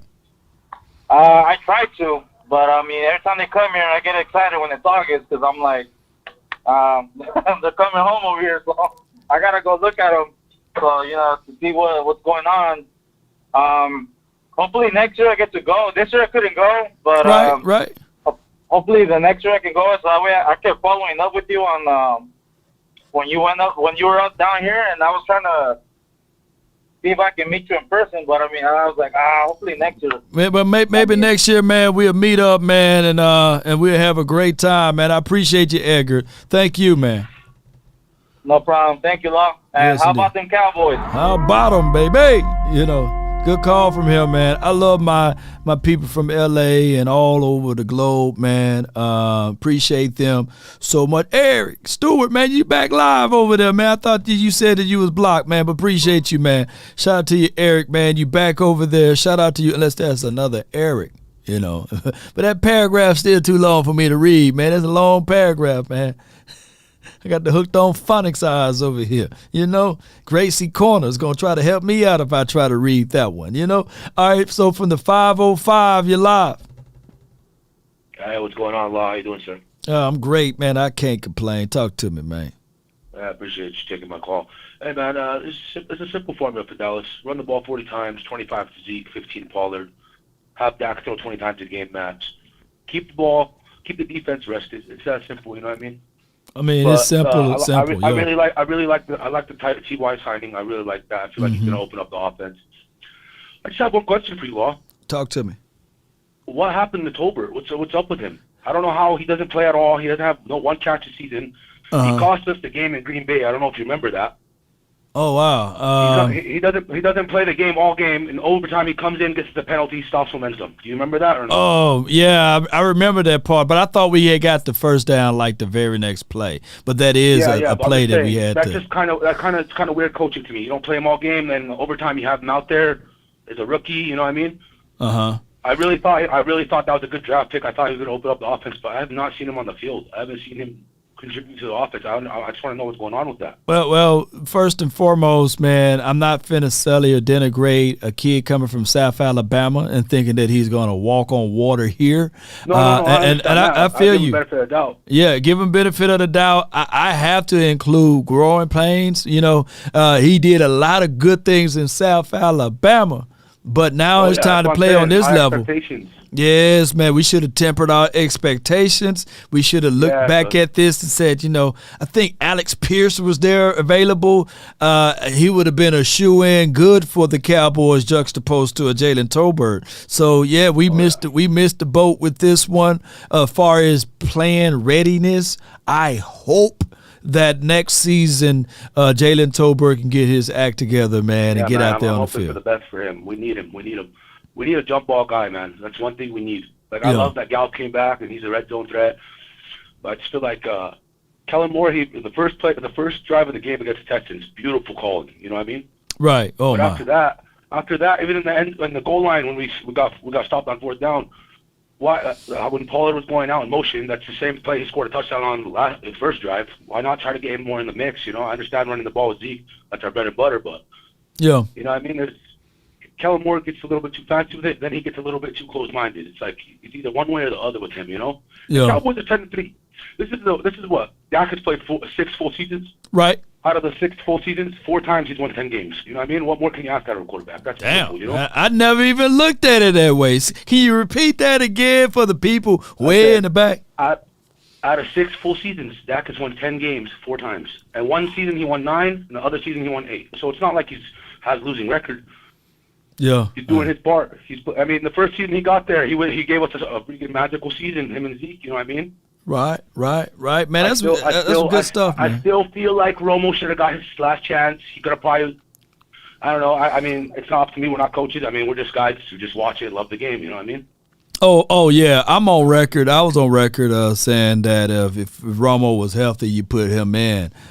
Based off the fact I was greedy. I was saying that basically there's never been in the history a rookie quarterback winning the Super Bowl. So I was like, man, just go put. Yeah. I was thinking of the old way of what we've seen out of Peyton Manning and as well as with John Elway, just put the veteran in. You know. Yeah, you got to give him his last chance. You know what I mean? But Romo took it like a champ. Yep. He even stepped back. He said, "I'm giving this kid the reign. I have his back." You know. Yeah. But after what Romo did for us as Cowboy fans, he literally broke his back for the team. I feel like he deserved that last shot. Yeah. I don't know if you remember that season. He came in for one drive, threw a deep bomb to Terrence Williams for a touchdown. Williams, yeah. And that was the last time we seen Romo, you know. Yep, that was the last time against those Eagles, man. And we ended up losing that game, by the way. Believe it or not. Yeah, and I remember watching. Yeah, I mean, Romo was my first quarter. I'm only 26. Romo was the first quarterback I watched for 10 years. You know. Wow. Yeah. Because back and forth, I saw Quincy Carter, Vinny Testaverde, Bledsoe. I saw all these guys, you know, in the mix. But Romo was special, you know. And the only reason people hate Romo is because of the star. Let's be real. The only reason people hate Dak is because of the star. They would love Dak as their quarterback. Oh, my gosh, man. Before Dak got signed to that big deal, everybody wanted him. They acted like they didn't. Everybody wanted him. They thought Dak was going to get signed by Dallas. Everybody wanted him. You know what I mean? Yeah. But, I don't know if you remember that. Yeah, no. I remember it. And see what happened. The Colts was willing to give him $35 million, right? Yeah. And they were like, "Oh wow, his market price is $35," and the Cowboys slapped the franchise tag on him, and then he ended up getting injured, but hey, he still got his bag. We're all happy about that. He deserved it. You know what I mean? But at the end of the day, he took too much money. In my opinion, he did take too much money. It kind of like, you know what I mean? We let go of Amari. We could have signed Gregory, stuff like that. You know, Gregory, I don't know why he turned down our deal. I really don't. It was a safe deal, I heard, right? Well, his price point was the fact that it was based off of Goff and Wentz, and his resume spoke louder than their resume. And that's why he got what the market was willing to render. Well, we don't know what the market was willing to render, but he got what his market price was, and that was the $40 million, because based upon their resumes, his was a little bit better. That makes perfect sense. But Randy Gregory, they got the same offers from Dallas and Broncos. He chose Denver. You know what I mean? Well, his agent reneged and said, okay, well, they're a language within the contract, and then he found a way to get out of it. So that's why Randy Gregory is over there. A lot of people forget how patient we were with Gregory, how he kept messing up off the field, how we kept giving him chance after chance after chance. You know what I mean? I don't know if you remember that, but Gregory was always the best person off the field. He wasn't the best person on the field. He had a lot of problems with him. We still were patient with him. He was a beast. He really could have helped us this year too. You know what I mean? Yeah. Right now he's helping the Denver Broncos out in their best capacities. He's out. You know? I thought he's out for the year. I think he's out for the year. Oh wow, I didn't know that much of it, but you know, this is crazy how contracts works, man. I know, man. But what's your name again? What's your name again? AK. I'm from AK. AK. Yeah. Okay, let me put it in here as AK, man. I appreciate you so much, man, for calling in, and you have a good one. Man. It's always nice. I watch you every day, man. You keep us Cowboys fans happy and in the loop. We know what's going on. I remember you made that video about Ty. I don't know if it was 10 months ago, 9 months ago, something like that. It was 9 months ago, and now he's spoken into existence, man. There now we he's go. here. Let's see what he can do. Let's see if he can ball. Let's go, man. Appreciate you, fam. AK. I appreciate you, man. All right. Have a good one. Good call from him. Real good call from him. Later. AKs. Goodbye. Koye, one of Koye guys, what it is. He one of Koye guys. Shout out to him. Good conversation by him being only 26. That's a situation whereas all of his life, that's all he know of, right? Is the guys of Romo era, right? And he didn't get a chance to really live the 90s Cowboys or a piece of the 80s Cowboys. And I can see where his mindset was at when he said, hey, I'm 26. So I get it. I get all of that, that is a situation, whereas the sentiments of letting the old quarterback down in the playoffs. But the Cowboys, we were so anxious, you know what I'm saying? Anxious to get to the promised land. And we was like, man, we're not finna touch this. We 13. What was our record? 13-3, right? And we was like, hey, let's not touch it. But that's just the price of doing business, right? That's just how it goes, Cowboy Nation. We can't put the toothpaste back into the tube. And I, for dog, sure can tell y'all that some people in the chat right now can probably throw the ball better than Tony Romo now, because he been sitting down there chilling, working.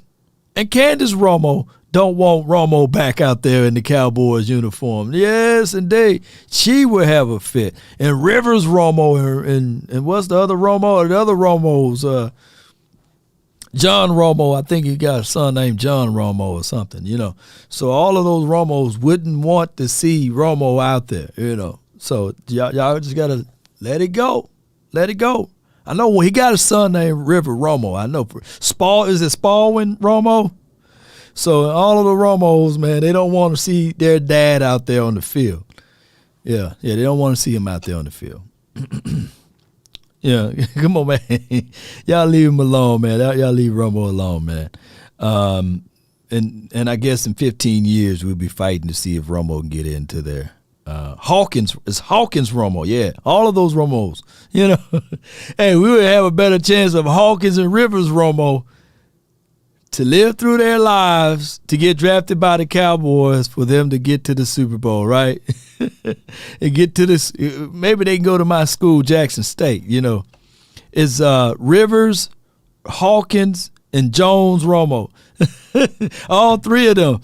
They're all boys from the way I can see those names are, right? And maybe one day they can play up to the level like their father, get out to the Super Bowl, right? Get out to the colleges or what have you, get selected. Maybe they go to my Jackson State. Who knows? Maybe they can go to Alabama, Ohio State, or Colorado now if Prime is still coaching. And maybe they can get drafted by the Cowboys. Or they go, look, it could be a crazy storyline. They can go undrafted, right? One of them go undrafted, right? And then they can fill into the shoes of what their father did. And win the Cowboys. By then, the Cowboys will be on their 13 Super Bowls by then. Maybe they can win the 14th Super Bowl. That would be nice, right? Come on, y'all. Speak it into existence. But Cowboys will be on our 14th or 15th Super Bowl by then, huh?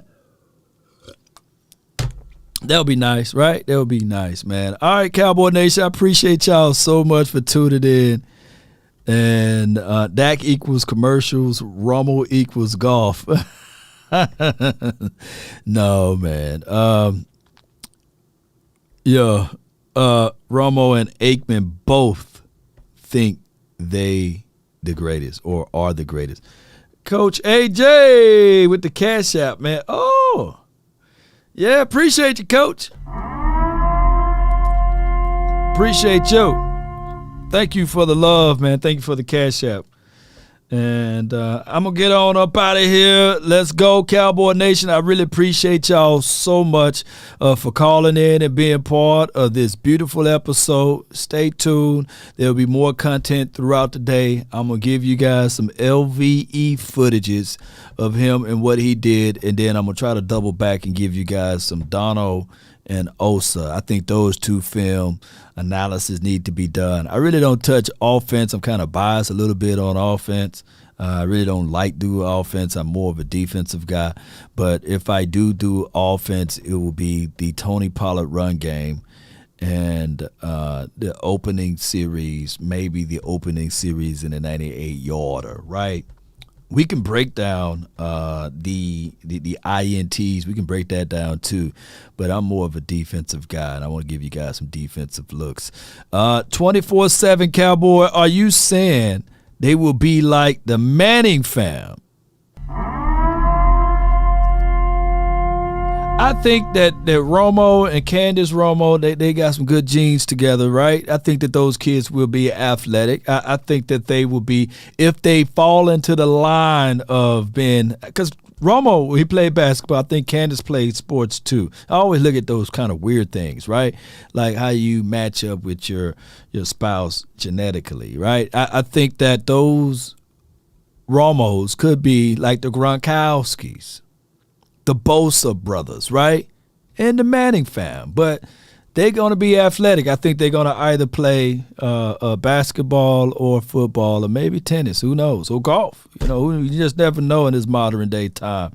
So we'll find out down the line, man. But I hope that they fill in the shoes of the legacy of their father.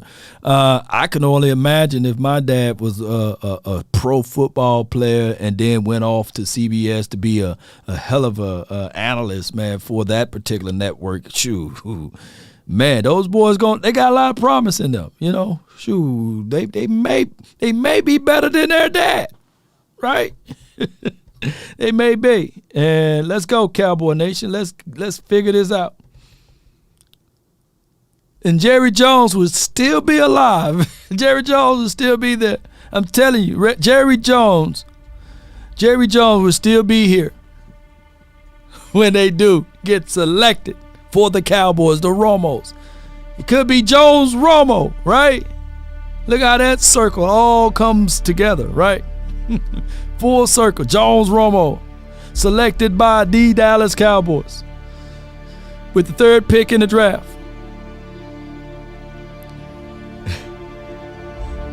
Y'all already know how that goes. Appreciate everybody for tuning in to this episode. That would be dope. Jones Romo drops back. ESPN News. How bad do you want it? How bad do you need the Cowboys to win this weekend? We are in a fight. And we got an extra added weapon by the name of T.Y. Hilton. Can he find the short areas in the field, the short area quickness, finding the soft spots in the zone? Who knows? I think that he's better than Jalen Tolbert. James Washington. I'm going to give James Washington one more week. He going to show up really against the Jags if his foot is okay. Then he'll be prime ready against those Eagles. As I see all of that filth from Eric on my channel and from 24. Look at that. But if you want a thing bad enough to go out there and fight for it, to work day and night for it, to give up your time, your peace, and your sleep for it, if all of your desires of it makes you quite mad enough that you don't get tired of it, and it makes you hold all other things tawdry and cheap, if life itself seems empty and useless without it, and all that you scheme and dream is about it, if you'll gladly go out there and sweat for it, fret for it, and lose all terror of your mind for it, if you will simply go after the thing you want, if dogged and grim and besiege and beset it, with the help of Almighty Hawkins, Jones, and the other Romo clan, you can get it. Emotional damage. Let's go, Cowboy Nation. It has been my time. I really thank you all for yours. And remember, you're listening to nothing but the best. What is your profession? Let's go. This is Sparta! Are you not entertained? Let's go. Are you not entertained? Roll those credits. Kelly says go Bears. How dare you? Oh, I see where you coming from, Kelly. Oh, you saying go Bears versus the Eagles. Well, let's go then. Sean Day, appreciate you. Sam, Burner A. Count, appreciate you. Sadiq, Kenneth, J. Worthy, Ace, B. Wade, Fitness Challenge 1000, JD from DC, 24/7, 305, you're live. Come on. Go Cowboys and go Bears, huh? Hey, y'all better do something against those Bears. If not, emotional damage. One love, y'all. Shout out to Eastside Harold, man. I never read your super chat. Let me see what you said, my boy. Shout out to you, Sam. I've been really in the field, love the rush, I love the feeling. Come on. I just wanna run it up. Y'all gotta remind me sometimes, man. When you get by my age, I tell you the truth. I just wanna run it up. Hey, come on. Kinda check a song. I just wanna run it up. Count that too, count it up, count it up, count it up, count it up. Sam, I don't see it. Need them ones, I need them fives, need them tens, I need that Come on. change to the safe, got blues inside. Greens and pinks, it's all the same. I still save and roll my change. Eric said, y'all praying for my downfall. I'm looking for that super chat, though, man. I appreciate you so much. Put some stars on me while I'm looking for it. Come on, put some stars on me. There we go. JD says, hey, Law, upon further review, Josh Ball is a mauler in the running game. However, I don't want him on the field on passing downs or ever. Well, upon further review, JD from DC, I'm gonna look back at that. Yeah, I'm gonna look back at that. He may be a mauler. Look, man, I still don't think. Well, upon further review, JD, I still saw him on his belly. And I think that we needed him to just be a ball, but he was a frisbee when he was on his belly at the goal line. Did somebody do some film analysis? Did somebody do that film analysis on that? You know? Shout out to you, man. 24/7 says, are you saying? They will be like, I read that super chat. But Sam, I don't see your super chat. I can't read it, man. Appreciate you, though. This is right here. Oh, I found it. I found it now. It was 2 hours ago. God dog, I've been live for a minute. It says, Dallas week coming up. Never Eagles. We here. We are the America's team, basically. Appreciate you, Sam. All right, we get on out of here. One love. Until next time. Lately, I just wanna run it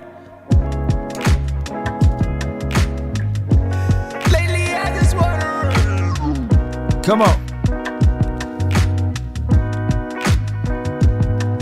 Shout out to you, Sam. Shout out to everyone.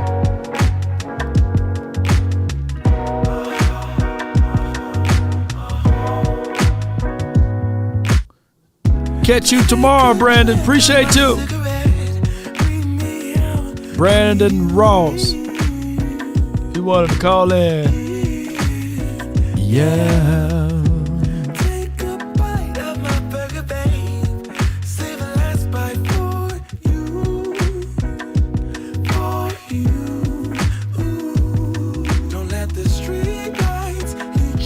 All alone.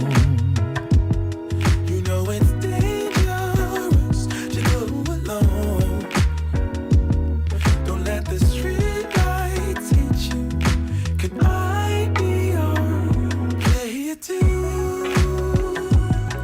I follow.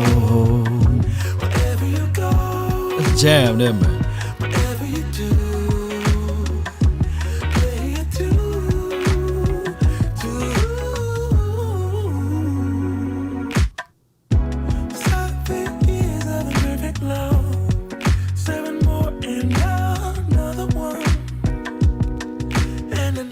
Josh Frisbee. Instead of ball, he was on his stomach. Emotional damage. Catch it, T.Y. All alone. I predict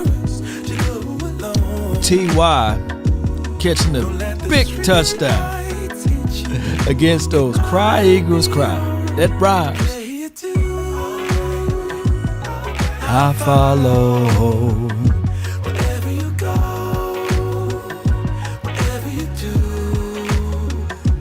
play it too. If it's your birthday this month, happy birthday to you and you. Shout out to you, Lisa.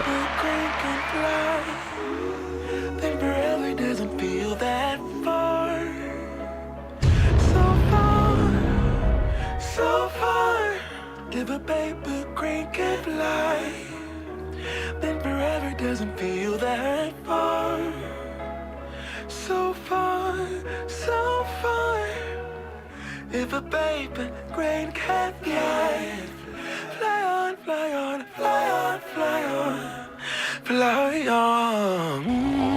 What do you think? Darkness is your ally.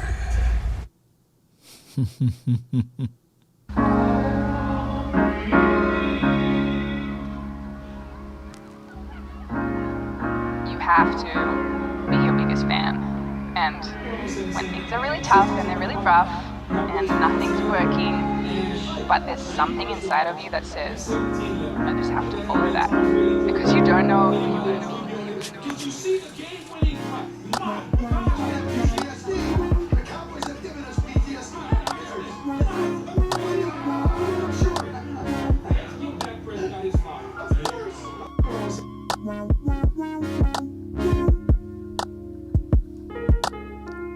The truth! You can't handle the truth!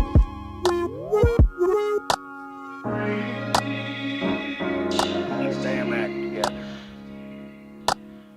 Wait, this motherfucker don't miss. No, he's good. That motherfucker don't miss, man. He's good. In the heat of battle, he don't miss. No. In the heat of controversy, he don't miss. Because you don't know who you're going to be.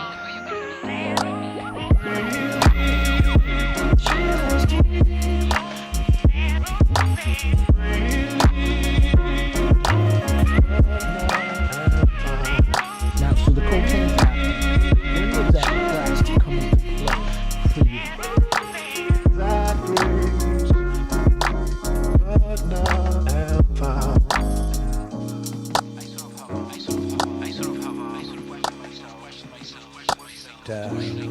I want me some glory hole.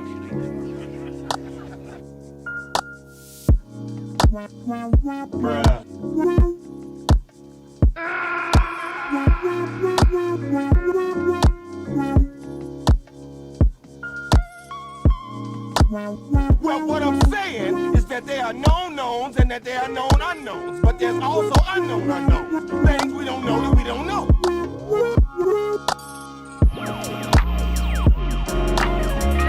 You get nothing. You pray for rain, you gotta deal with the